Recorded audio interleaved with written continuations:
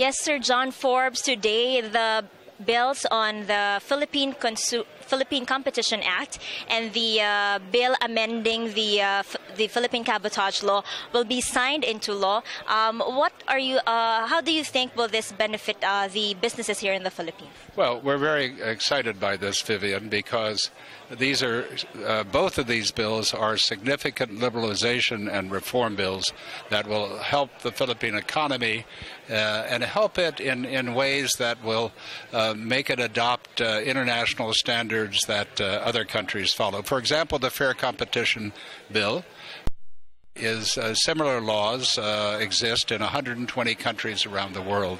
In fact, my own country, I'm American, was the first to start this a century ago. How is it going to help?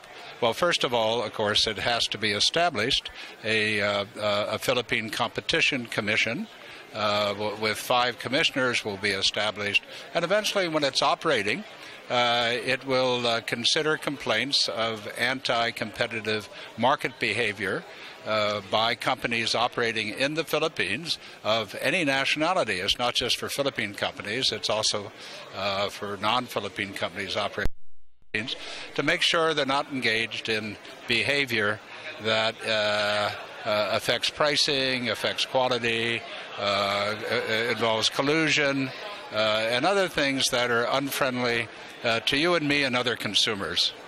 The cabotage law is a bit different because it states the ability of a foreign carrier, a ship primarily, bringing cargo into the country or out of the country to move that same cargo to other ports within the country, because the cargo has the nature of being an import or an export, and I hope reduce some of the costs of domestic shipping.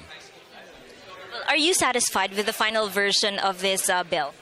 Yes, a lot of work went into it. In the Fair Competition Act, the Philippine Competition Act, the legislators worked very, very hard. There were differences between the Senate version and the House version, and there were 4 conference committee meetings, some going on close to midnight, in the spirit of compromise and moving this forward, and something that the President Aquino had indicated was quite important to the administration. They got the job done, and today we're here to watch the signing. Thank you very much, Mr. John Forbes.